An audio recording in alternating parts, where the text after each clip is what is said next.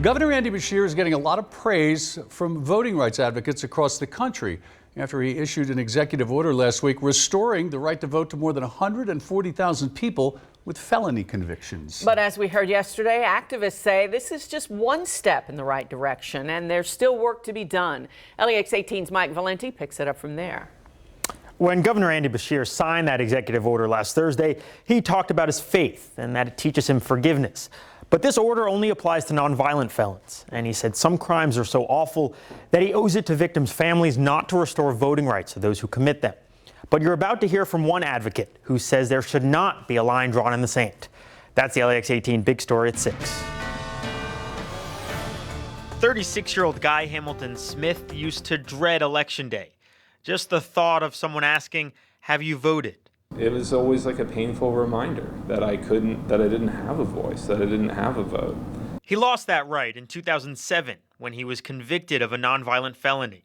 But after finishing his sentence of probation, Guy was able to pave a new path. He went to law school, where he led research into voter disenfranchisement, and eventually became a legal fellow. Yet in the eyes of the same law he studied, it was as if he was on the outside looking in.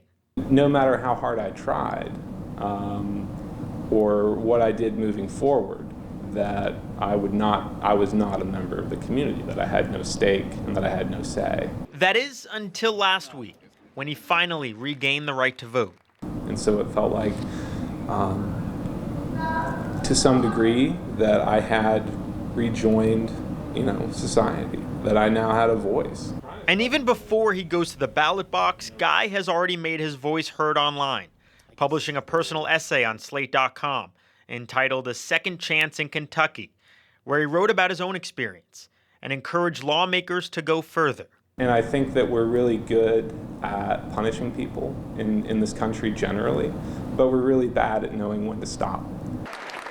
Guy is grateful for Beshear's actions, but he takes issue with the carve-outs in the governor's executive order, denying the right to vote to more than 100,000 people convicted of violent felonies, despite having completed their sentences. I mean, like me, they work, they pay taxes, they raise families, they try to be law-abiding and productive members of society, and there's no reason to, in my opinion, there's no reason to continue to deny them the ability to vote.